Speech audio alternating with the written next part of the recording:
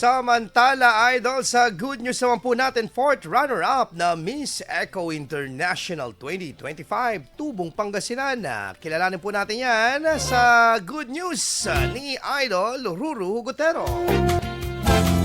Wagi bilang fourth runner-up ang Tubong Binalonan Pangasinan na si Victoria Ripolo Ingles sa kakatapos ng Miss Eco International 2025. Bagamat siya ay kumakatawan sa United Kingdom, ipinagmamalaki ng bayan ng Binalonan ang kanyang tagumpay dahil sa kanyang dugong Pilipino.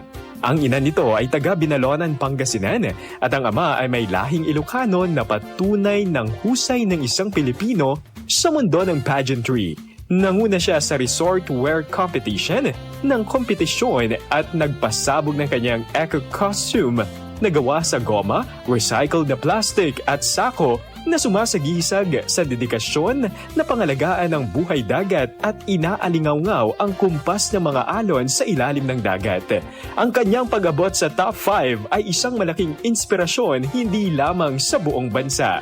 Samantala, ang Miss Eco International Crown ay nasungkit rin ng pambato ng Pilipinas, si Alexa Brooks, kung kaya't 2 Pinay ang wagi sa naturang patimpalak.